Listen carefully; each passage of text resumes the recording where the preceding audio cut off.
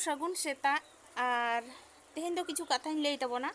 जहाँ कथा दो हुयुक कना गुरु गंके दोहटो काबुना ऑलचिकी लईते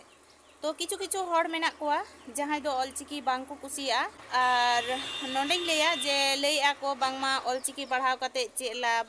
से गिद्रा को ऑलचिकी पढ़ाव कते चे फायदा हुयुआ कोनो लाभ गी बांग हुयुक तकोआ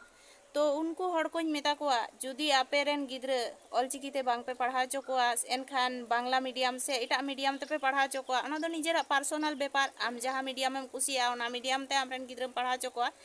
एनखान विरोध रेना हो कोनो अधिकार बनु तमा और आमा विरोध ते दो ऑलचिकी दो बाय विरोधोआ ऑलचिकी जखन मिद धाव चालू काना एनखान लहा सेन गे माड़ांग तेगी चला और लैया जे जहां हर को उनका को लैया जे ऑलचिकी ते गिद्रा पढ़ाव चो काते चे लाभ जखन बनुआ एनखान बांग पढ़ाव चो गे भागिया अपनारा जहां मुर्जी ओनाते गिद्रा बुन पढ़ाव चो कोमा तबे खान गे नापायोआ।